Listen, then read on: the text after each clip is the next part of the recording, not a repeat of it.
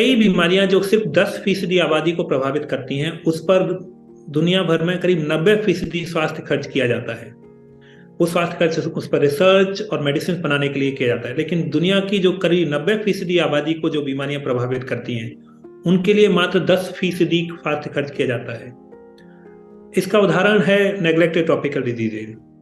Neglected tropical diseases करीब 20 बीमारियों का ऐसा समूह है जो बीमारियां अधिकतर निम्न और मध्यम आय वर्ग के देशों की आबादी को प्रभावित करती हैं, जिसमें लिम्फेटिक फाइलेरियोसिस आता है, काला आजार नाम की बीमारी आती है, रेबीज, स्नेक बाइट इत्यादि बीमारियां आती हैं। तो ये बीमारियां निम्न और मध्यम आय वर्ग के देशों में होती हैं और कई वर्षों से प्रभावित कर रही हैं।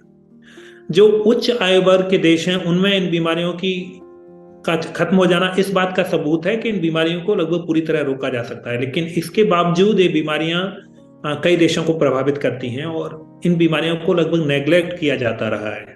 अगर हम 10/90 गैप को एड्रेस कर दें, अगर हम नेग्लेक्टेड ट्रॉपिकल डिजीज जैसी बीमारियों का ध्यान दें, तो सारी दुनिया से बीमारियों का बोझ कम किया जा सकता है। लेकिन मुख्य बात यह है कि जिसको रोका जा सकता है, जो प्रिवेंटेबल है, उसको क्यों नहीं रोका जा रहा है, और एक बहुत गंभीर विचार का विषय है।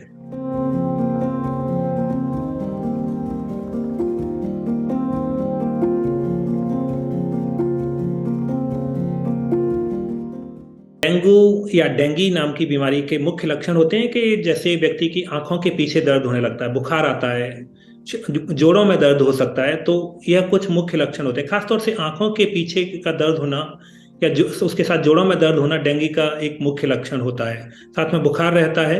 लेकिन डेंगी का फैलने का एक सीजन होता है, तो अगर आपको बरसात के समय या बरसात के बाद वाले सीजन में ये लक्षण आ रहे हैं तो और अन्य लोगों को डेंगू की बीमारी फैल रही है, तो हो सकता है वो डेंगू हो। उसी तरह से इसके बीज का लक्षण होते हैं कि इसके बीज में व्यक्ति को जो उंगलियों के बीच की जगह होती है, वहां पर खुजली होने लगती है। शरीर के अन्य हिस्सों में खुजली हो सकती है, क्योंकि वहां पर इसके बीज का जो पैथोजन है वो उसके अंदर घुस जाता है। तो हर बीमारी, नेग्लेक्टेड ट्रॉपिकल डिजीज है, उसके अलग लक्षण होते हैं। लेप्रेसी या कुष्ठ रोग की जो बीमारी होती है, उसमें मुख्य लक्षण शुरुआत में जो आता है वो नर्व्स को प्रभावित करता है, तो वहां पर नमनेस या सुन्नपना के लक्षण आते हैं। लेकिन एडवांस स्टेज होता है तो वो उंगलियों में वहां पर घाव बनने लगते हैं या वो उंगलियां घिसने लगती हैं, तो उस तरह के लक्षण आते हैं। तो हर बीमारी के अलग अलग लक्षण होते हैं। मुख्य बात याद रखने की है कि अगर आप ऐसे क्षेत्र में रहते हैं जहां पर वो बीमारी फैल रही है, जैसे डेंगू कुछ राज्यों में होता है या कुष्ठ रोग या लेप्रेसी जो कुछ राज्यों में होती है, तो आप उस बीमारी के लक्षण जानकारी रखिए। अगर आप नहीं जानते हैं तो नजदीकी स्वास्थ्य केंद्र पर या जो आंगनबाड़ी कार्यकर्ता होते हैं या स्वास्थ्य कार्यकर्ता होते हैं, उनसे पूछ सकते हैं।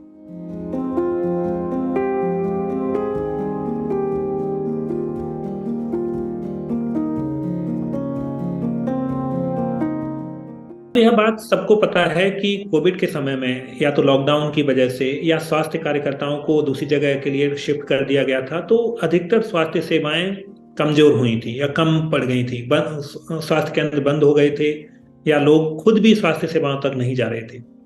तो निश्चित रूप से इसका असर नेग्लेक्टेड ट्रॉपिकल डिजीज पर भी पड़ा था। साथ में एक बात और याद रखने की है कि पिछले साल के अंत में नवंबर के महीने में खसरा या मीजल्स की बीमारी कुछ राज्यों में फैली थी।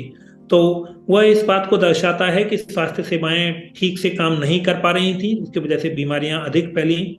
एनटीडी, नेग्लेक्टेड ट्रॉपिकल डिजीज पर भी इनका कोविड-19 की महामारी का नकारात्मक असर पड़ा, अर्थात इनके फैलने में इनका और भी प्रसार हुआ या इनके रोकथाम के लिए जो उपाय किए जा रहे थे वो पर्याप्त तरीके से काम नहीं कर पाए। तो ऐसे में हमें जरूरी है कि अब सारी स्वास्थ्य सेवाओं को सुदृढ़ किया जाए और साथ ही नेग्लेक्टेड ट्रॉपिकल डिजीजेज पर खास ध्यान दिया जाए।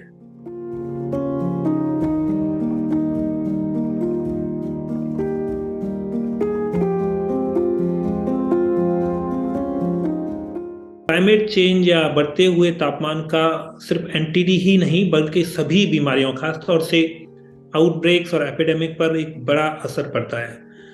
हम जानते हैं कि जो पैथोजेंस होते हैं, जो बीमारियां फैलाने वाले कीटाणु या विषाणु होते हैं, वो हमारे वातावरण में एक सर्टेन टेम्परेचर पर ही रह सकते हैं। लेकिन जब तापमान बढ़ जाता है तो उनका सर्वाइवल की क्षमता भी बढ़ जाती है। अर्थात वो अगर किसी जगह का तापमान एक सर्टेन लेवल है, वहाँ अधिक हो गया, तो संभवतः वहाँ पर नए पैथोजन आ सकते हैं, उनका प्रसार बढ़ जाता है और नई बीमारियां फैल सकती हैं। तो ऐसे में नेग्लेक्टेड ट्रॉपिकल डिजीजेज का भी प्रसार या फैलाव की अधिक संभावना है। इसका जीवंत उदाहरण मंकी पॉक्स की बीमारी है। मंकी पॉक्स की बीमारी इतने सालों तक सिर्फ अफ्रीका के कुछ देशों में, करीब 11 देशों में मिलती थी, लेकिन अब हमने देखा है कि पिछले साल के मध्य में करीब 100 से अधिक देशों में मंकी पॉक्स की बीमारी मिली है। वायरस इन देशों में उससे पहले था ही नहीं। तो निश्चित रूप से डिफॉरेस्टेशन और क्लाइमेट चेंज पैथोजेंस को, जिसमें कीटाणु और विषाणु दोनों शामिल हैं, नए एनवायरनमेंट में लेकर जाता है और उससे लोगों को प्रभावित करता है। नेग्लेक्टेड ट्रॉपिकल डिजीजेज के साथ भी यही पूरी संभावना है। तो अगर हमें समाज का स्वास्थ्य सुधारना है, बीमारियों के प्रसार को रोकना है, तो क्लाइमेट चेंज, तापमान के बढ़ने को भी रोकना होगा। और इस बात को वैश्विक स्तर पर काफी अच्छी तरीके से समझा जा रहा है, और इसीलिए वन हेल्थ की एक कॉन्सेप्ट पर काफी जिक्र हो रहा है।